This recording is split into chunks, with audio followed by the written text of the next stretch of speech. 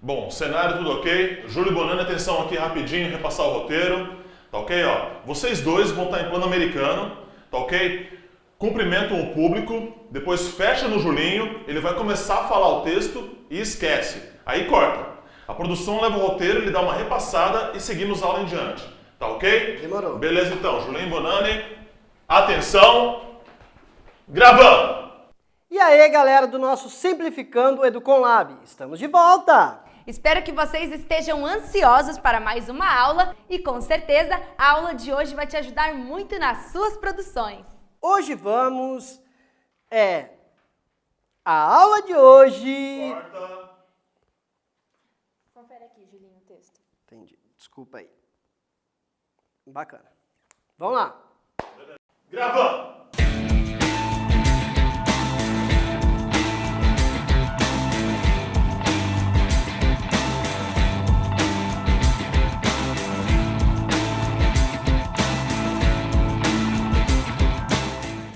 Acho que vocês já sacaram que hoje vamos falar de roteiro e produção, né?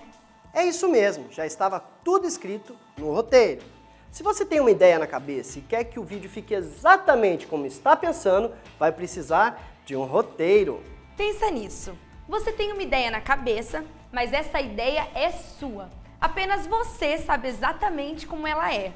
Acontece que a produção de um vídeo envolve muitos outros fatores, como outras pessoas, espaços físicos, equipamentos e muitas outras coisas que podem ser previstas e até mesmo os imprevistos.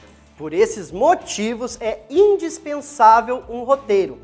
Ele é um guia, é a proposta escrita de uma forma que permite que todas as pessoas envolvidas no projeto entendam que ideia é essa. E então, todas as etapas serão planejadas para chegar ao resultado final desejado.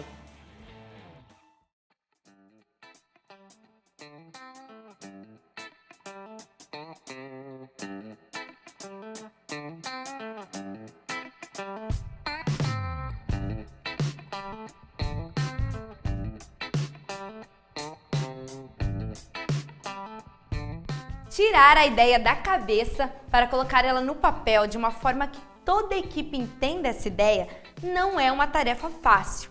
Por isso, o roteirista é um profissional que se dedica a escrever os roteiros.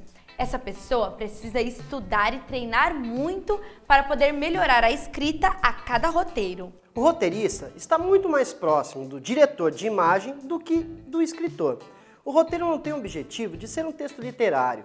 Ele precisa, acima de tudo, trazer escritas coisas que precisam ser visuais. Primeiro você precisa de uma ideia.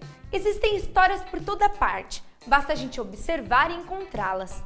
Por exemplo, você pode transformar em história um fato que você ou um conhecido vivenciou, ou uma história que alguém te contou, pode ser algo que você leu, ou uma notícia que você viu na TV ou no jornal, algo que aconteceu na sua escola, enfim, são muitas as possibilidades.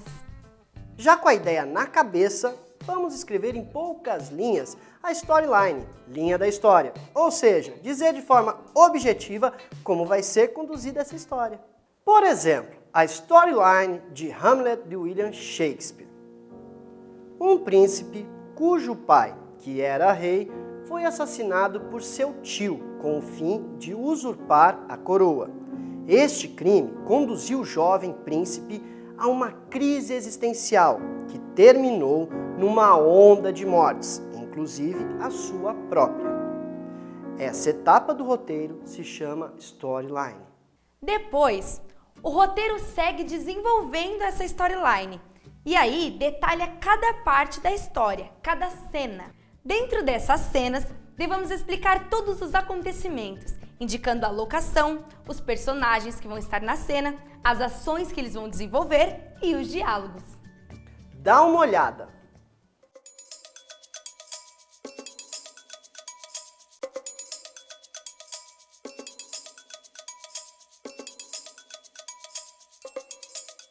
O que vimos nessa cena? Uma jovem estava procurando algo aflita, encontra o objeto e sai apressada.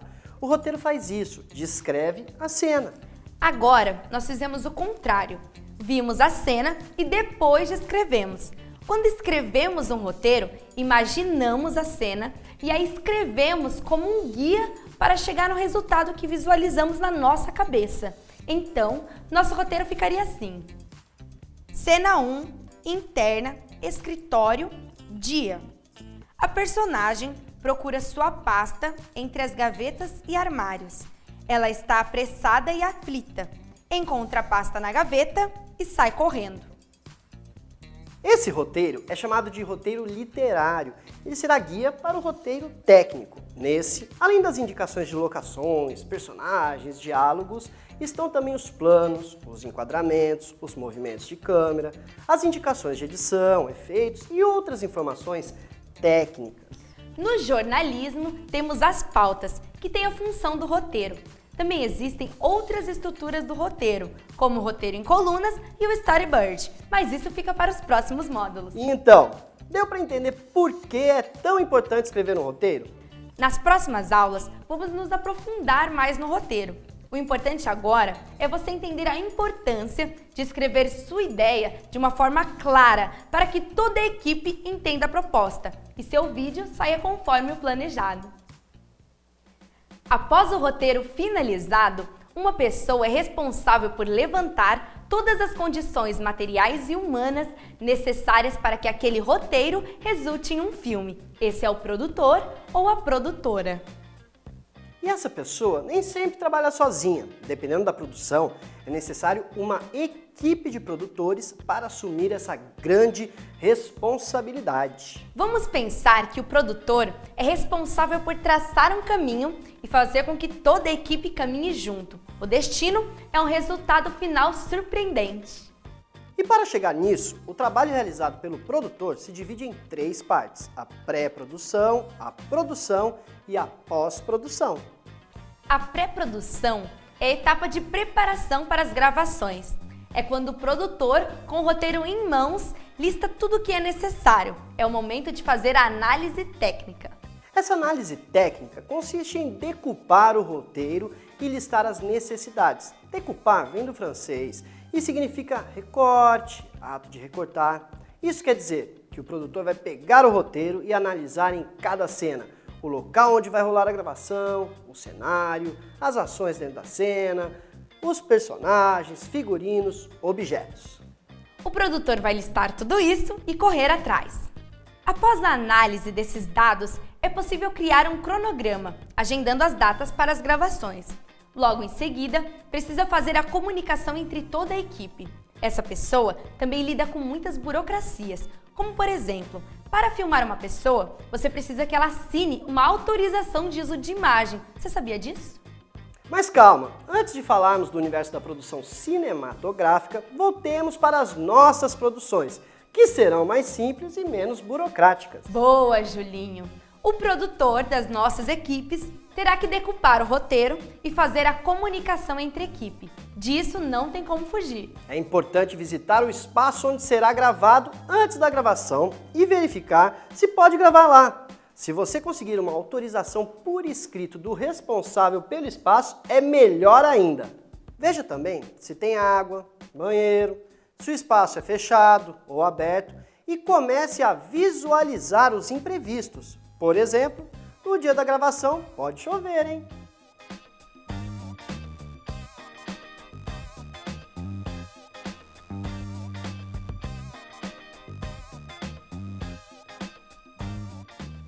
No momento da gravação, a produção precisa ficar atenta a todos os detalhes. Com o roteiro em mãos, deve acompanhar a fala e a ação do personagem, estar preparado para auxiliar a equipe técnica e garantir que nada vai atrapalhar a gravação.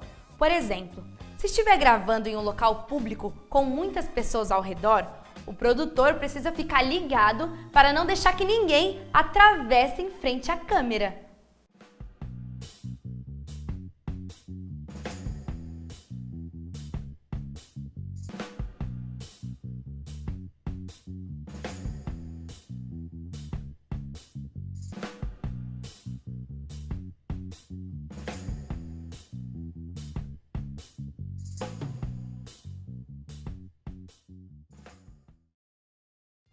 Outra coisa importante é a autorização do uso de imagem. Esse é um documento que o produtor deve ter em mãos. Olha só um modelo. Esse documento, chamado autorização de uso de imagem, deve ser assinado pelas pessoas que vão aparecer no vídeo. Então, eu, o nome da pessoa, autorizo a utilização e exibição da minha imagem para veiculação dos projetos audiovisuais que pode ser o grupo ou o nome do realizador, em todo e qualquer meio de comunicação. Fica ainda autorizada, de livre e espontânea vontade, para os mesmos fins, a cessão de direitos de veiculação das imagens e depoimentos, não recebendo para tanto qualquer tipo de remuneração, a cidade e a data que foi gravado.